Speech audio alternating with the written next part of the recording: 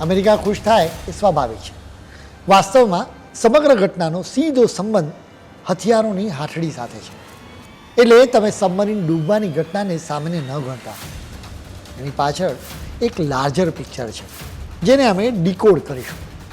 હથિયારોનો સૌથી મોટો વેપારી અમેરિકા જ છે. હવે અમેરિકા આ વેપાર કેવી રીતે કરે છે એ પણ સમજવા જેવું છે. માની લો કે અમેરિકાએ કોઈ બોમ્બ વેચવો હોય તો એ અફઘાનિસ્તાન જેવા કોઈ દેશમાં બ્લાસ્ટ કરી દે. ફાઇટર જેટ વેચવું હોય તો તે ઇઝરાયલને કહે કે અમારા ફાઇટર જેટથી તમે લેબનોનમાં મિસાઇલોનો મારો ચલાવો. દુનિયાના લોકો યુક્રેન અને ઇઝરાયલમાં થતી લડાઈને યુદ્ધ માને છે, પરંતુ અમેરિકા માટે તો આ સૈન્ય સામગ્રીનું ડેમોન્સ્ટ્રેશન જ છે. અમેરિકાએ પ્રિડેટર ડ્રોન્સ ચલાવીને બતાવ્યા, એટલે ભારતે કહ્યું કે અમને આવા ડ્રોન્સ આપો. બીજી તરફ રશિયાએ S-400 મિસાઇલ સિસ્ટમનો ડેમો આપ્યો, એટલે ભારતે આ મિસાઇલ સિસ્ટમ પણ ખરીદી. આમ પણ ભારતીયો ખરીદીમાં ખૂબ ચીવટ રાખતા હોય છે.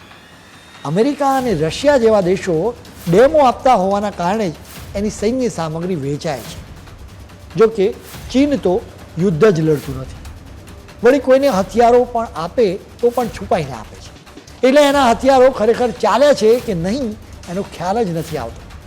આ જ કારણે લોકોને ચાઇનીઝ મોબાઈલ પર ભરોસો છે, જો કે ચાઇનીઝ હથિયારો પર ભરોસો નથી.